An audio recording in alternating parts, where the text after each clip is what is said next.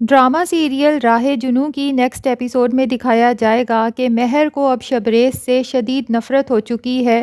کیونکہ اسے یہی لگتا ہے کہ میرے باپ کی موت کا ذمہ دار صرف اور صرف شبریز ہے۔ وہ شبریز کی محبت کا جواب ہمیشہ نفرت سے دے گی، اس کے ساتھ تو رہے گی لیکن اسے کبھی بھی شوہر کا درجہ نہیں دے گی، اور اس کے لیے تو یہی سزا کافی ہے کہ مہر اس کے ساتھ ہو کر بھی اس کے ساتھ نہ ہو۔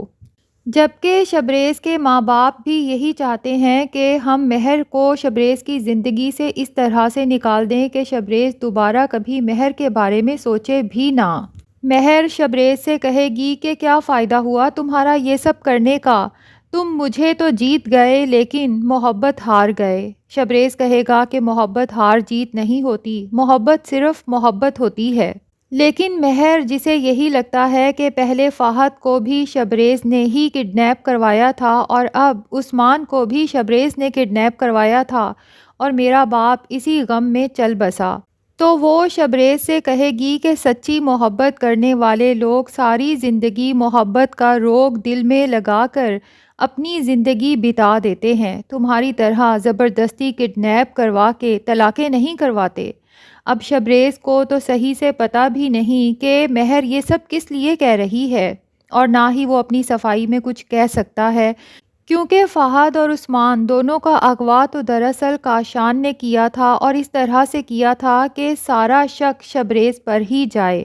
تو اب جب تک کاشان کی سچائی سامنے نہیں آ جاتی تب تک تو مہر کے دل میں شبریز کے لیے کبھی جگہ بن ہی نہیں سکتی۔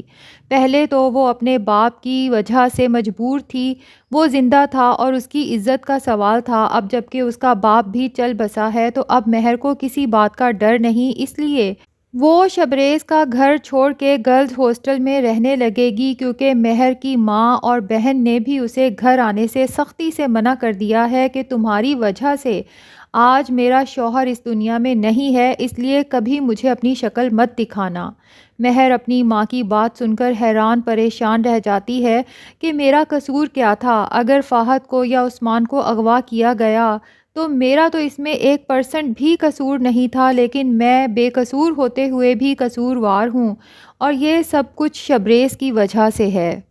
بہرحال اب نہ صرف اس نے شبریز کا گھر چھوڑ دیا ہے بلکہ اس کی زندگی سے بھی نکل جانے کا فیصلہ کر چکی ہے۔ اب اس نے سوچ لیا ہے کہ وہ خلا کا کیس کرے گی اور شبریز کو ہمیشہ کے لیے چھوڑ دے گی، اور شبریز کے ماں باپ تو بہت ہی خوش ہوں گے کہ چلو شکر ہے، جو کام ہم نے کرنا تھا وہ خود بخود ہی ہو گیا مہر کے اس طرح سے چھوڑ جانے پر۔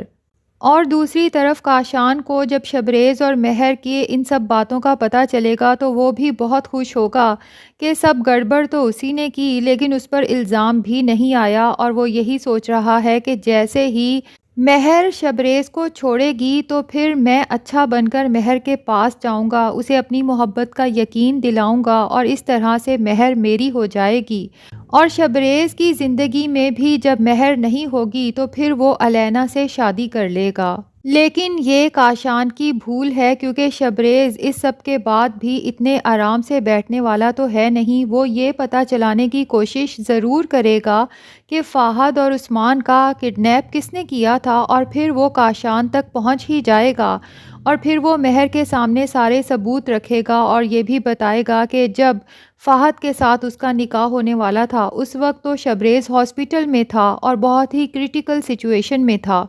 اور پھر جا کے مہر کو احساس ہوگا کہ وہ جس انسان کی محبت کو ٹھکراتی رہی اس کی محبت کتنی خالص تھی۔ تو ناظرین، دیکھنا یہ ہے کہ شبریز کاشان تک کب پہنچتا ہے اور کب مہر کے سامنے یہ سب راز عیاں کرتا ہے۔ اگر آپ اس ڈرامے سے اپڈیٹڈ رہنا چاہتے ہیں تو ہمارے چینل کو سبسکرائب کر لیں۔